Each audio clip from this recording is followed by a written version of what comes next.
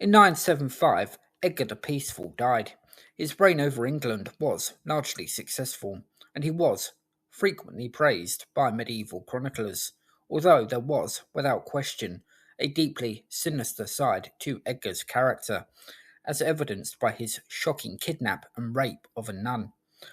This atrocious act earned Edgar the furious wrath of Dunstan, the Archbishop of Canterbury, who demanded a 7-year penance from the king. However, Edgar's sins, of which there were more than beyond this one shocking event, have been glossed over by chroniclers, as he focused much of his reign on ensuring the English church was in good order.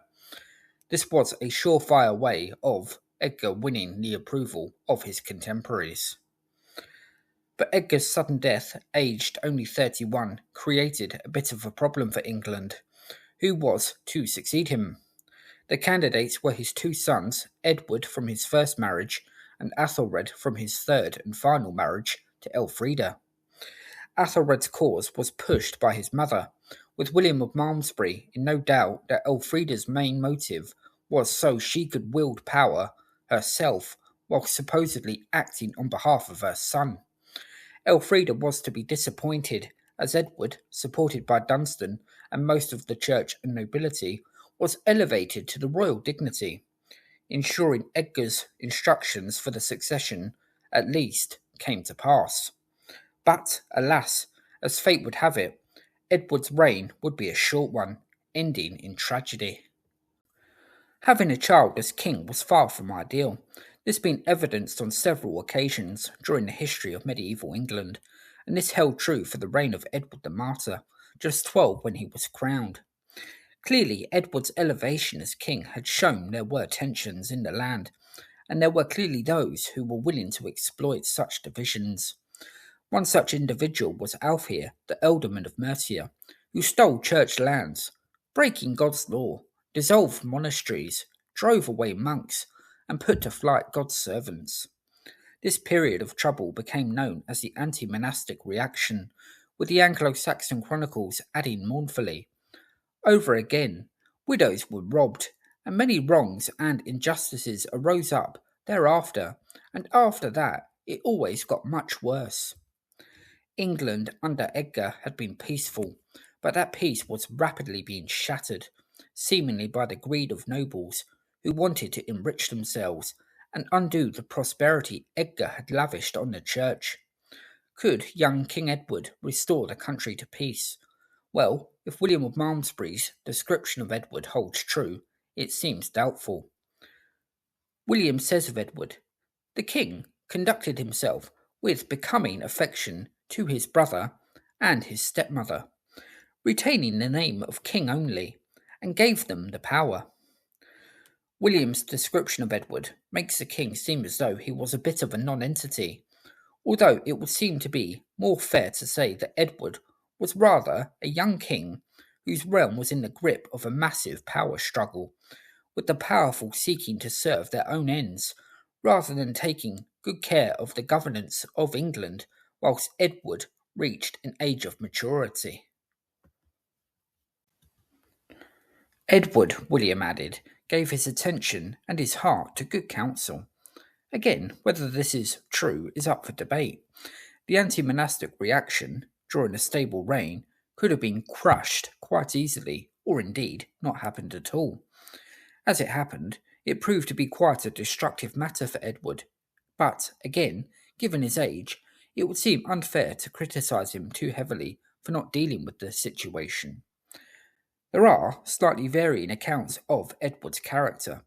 William of Malmesbury seems to portray Edward as a slightly weak-willed but good-natured boy, but there are records that Edward also had something of a temper. Given he was a teenager, I'm not too sure that much stock should be placed on that either. The conclusion that I would come to on Edward is that he was given a difficult hand as king, with it being a fair guess that some of the nobles, including Alfheir of Mercia, had become disenchanted with Edward's father. Evidence for this theory is supported by the fact that troubles emerged as soon as Edward's reign began, and probably were exacerbated by the dispute over who would succeed Edgar. For Edward, the circumstances in which he became king didn't bode well for his future.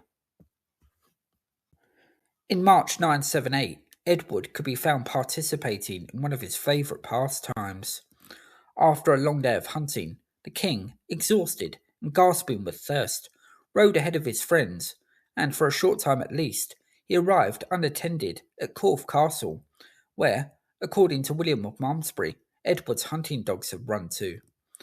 Also residing at Corfe Castle at that particular time happened to be Edward's stepmother, Elfrida, who performed an act of violence with, in William's words, a hatred that only a stepmother can entertain. Relieved to be offered a drink to quench his diabolical thirst, Edward drank from his cup, but was caught unawares by Elfrida's attendant, who waited in the wings and stabbed him brutally with the king's guard down. Edward staggered helplessly for a short while before he collapsed. The assassination of the 15-year-old king now left the crown for his younger half-brother, Athelred, who would, famously, do a terrible job as king. At his coronation, Athelred, miserable at the nature of Edward's death, and Elfrida were condemned by Archbishop Dunstan for the wicked crime, although Athelred clearly had little or no say in it. Only later on would Elfrida show any sort of remorse for the murder, which, it would seem, she had probably been plotting for some time, possibly even since Edward's coronation in 975. But penitence or not, the crime couldn't be undone. Poor Edward was laid to rest at Wareham without the ceremony that usually followed the death of a king. Not much can be deduced of Edward, or indeed what type of king he would have made had he been allowed to live. Would he have done a worse job of dealing with the returning Vikings than Ethelred would do? It seems unlikely, but that is purely speculation.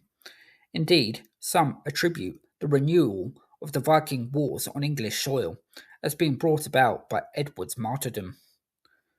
Usurpers very seldom ruled happily, and Athelred's reign would be thoroughly depressing. When he heard Edward had been killed, Athelred wept bitterly, and for him there would be many more tears to come.